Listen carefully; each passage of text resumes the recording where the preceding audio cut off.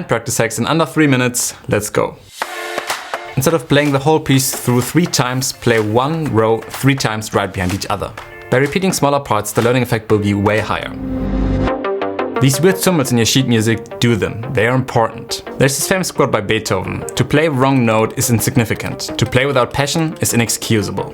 And with passion, Beethoven also means the dynamics and all the other important details written in the sheet music. When there's a particularly difficult part, let's say some 16th notes, what most people are doing is practice one bar or 4 16th notes and then the next 4.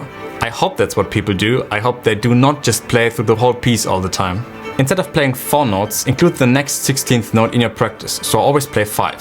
That way you will also practice the transition from the first 4 to the next 4. Then use different rhythms and articulations to make the part even more difficult. Number 4 is presented by Itzhak Perlman. When you practice, it has to be slow. You cannot practice impatiently. Putting in the time of practicing is not enough. I would rather practice with your head for 2 hours than somebody else just mindlessly for 8. When you practice something slow, you just make the movement more accurate. Combine that with hack 1 and 3 and you will be able to play any piece you'd like. Try to make music.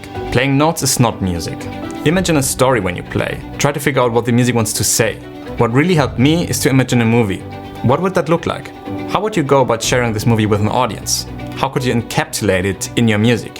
Key takeaway: make music for someone else and try to share the story with them. Don't mess up the first time playing something. Having to relearn it will make your life very hard. As soon as you get the wrong movement in your fingers, you won't get it out again. Especially for pianists, don't use bad fingering. You will lose a lot of time and you will be miserable.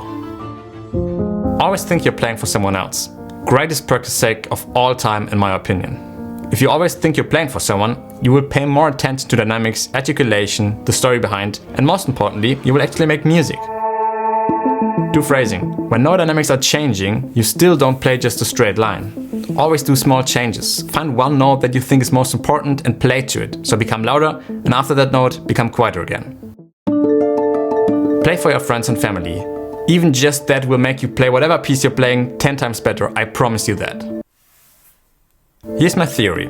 The small adrenaline kick you're getting from playing for friends or actual concerts gives you not just confidence to play a piece better, but it makes you concentrate so much that your learnings increased exponentially. Every musician has noticed that the day after the concert you play the piece 10 times better, even without more practice.